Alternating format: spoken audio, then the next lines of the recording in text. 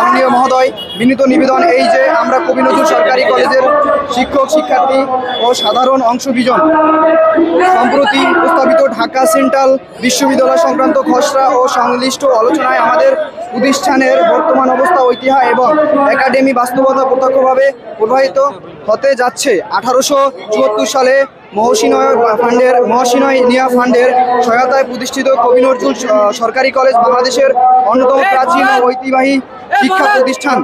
বর্তমানে প্রায় 20,000 শিক্ষার্থী স্নাতক ও স্নাতকোত্তর পর্যায়ে অধ্যয়নরত। শতবর্ষব্যাপী শিক্ষা ঐতিহ্য, পুরান ঢাকার সামাজিক অর্থনৈতিক বাস্তবতা এবং নারী ও মধ্যবিত্ত শ্রেণীর স্বল্প খরচে উচ্চশিক্ষার সুযোগ এই প্রতিষ্ঠানের সাথে নিবিড়ভাবে সম্পর্কিত। বিশ্ববিদ্যালয় মঞ্জুরি কমিশন ইউজিসি সূত্র অনুযায়ী বর্তমানে দেশের 56টি পাবলিক বিশ্ববিদ্যালয়ের মধ্যে 3টি এখনও শিক্ষা কার্যক্রম শুরু করতে পারেনি এবং 22টি বিশ্ববিদ্যালয় চলছে ভাড়া বাড়িতে বা অস্থায়ী ক্যাম্পাসে। এর মধ্যে আবার 20টি বিদ্যালয়ের সুবিধাও নেই।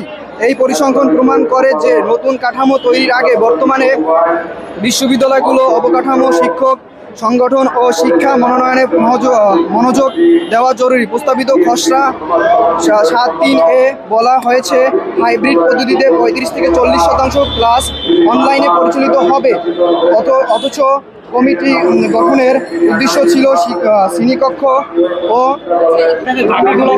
আমাদের যে মডেল জারি করা হচ্ছে এতে আমাদের ইন্টারমিডিয়েট বিলুপ্ত মুখে। তাই জন্য সরকারকে আমাদের এইটা থেকে সরে যেতে হবে এবং মন্ত্রণালয় আমাদের সাথে বসতে হবে খুব দ্রুতই। আমরা আইনজীবীদের থেকে জানতে পেরেছি যে খুব তাড়াতাড়ি আমাদের ইন্টারমিডিয়েট বিলুপ্ত হয়ে যাচ্ছে 7 কলেজ থেকে। আমরা হচ্ছে কবি নজরুল সরকারি কলেজ থেকে বলছি।